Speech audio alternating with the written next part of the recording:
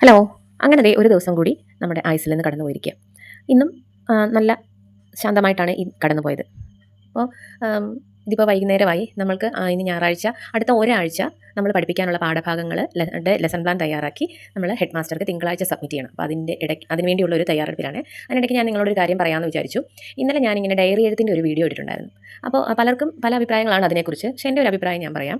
നമുക്ക് അങ്ങനെ ഒരു ശീലം ഉണ്ടെങ്കിൽ നമ്മുടെ ജീവിതത്തിലെ ഒരു കൗൺസിലറുടെ എഫക്റ്റ് അത് നമുക്ക് തരും എന്നുള്ളതാണ്. അതായത് നമ്മുടെ കാര്യങ്ങളെല്ലാം തുറന്ന് ഓപ്പണായിട്ട് നമ്മൾ എന്ത് ചെയ്യും, എഴുതി സൂക്ഷിക്കുക ചെയ്യുന്നത്. അപ്പോൾ നമ്മൾ ഒരാളോട് പറയുന്നതിൻ്റെ എഫക്റ്റ് ആക്കി തന്നെ നമ്മൾ ഒരാളോട് പറഞ്ഞെന്നാൽ നമ്മുടെ വിശ്വസ്തനായ സുഹൃത്താണെങ്കിൽ പോലും ആ പറയുന്ന കാര്യങ്ങൾ കൊണ്ട് നമ്മുടെ ജീവിതത്തിൽ എപ്പോഴെങ്കിലും നമുക്കൊരു ദോഷമൊക്കെ വരാം. പക്ഷേ ഒരു ഡയറിയോട് പറഞ്ഞാൽ അത് എപ്പോഴും സേഫ് ആയിരിക്കും.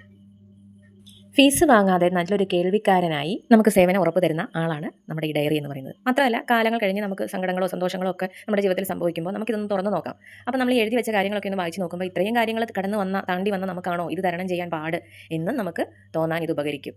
അപ്പോൾ എൻ്റെ ഒരു അഭിപ്രായത്തിൽ നമ്മുടെ ജീവിതത്തിൽ നമ്മളെല്ലാവരും കൊണ്ട് നടക്കേണ്ട ഒരു ശീലം തന്നെയാണ് ഈ ഡയറി എഴുത്ത് എന്ന് പറയുന്നത്. നമ്മുടെ നല്ലൊരു കൂട്ടുകാരനായിട്ട്, നമ്മുടെ മനസാക്ഷി സൂക്ഷിപ്പുകാരനായിട്ട്, നമ്മുടെ കുമ്പസാര കൂടായിട്ട് നമുക്ക് ഈ ഡയറി ഉപയോഗിക്കാം. വ്യത്യസ്തമോ അനുകൂലമായോ ആയ എന്തെങ്കിലും ആശയങ്ങളുണ്ടെങ്കിൽ നിങ്ങൾക്ക് ഇതിൻ്റെ അടിയിൽ കമൻറ്റായിട്ട് പങ്കുവയ്ക്കാവുന്നതാണ്. അപ്പം എല്ലാവർക്കും ശുഭരാത്രി നേരുന്നു. ബാക്കി വിശേഷങ്ങളുമായിട്ട് നമുക്ക് നാളെ കാണാം. Good night.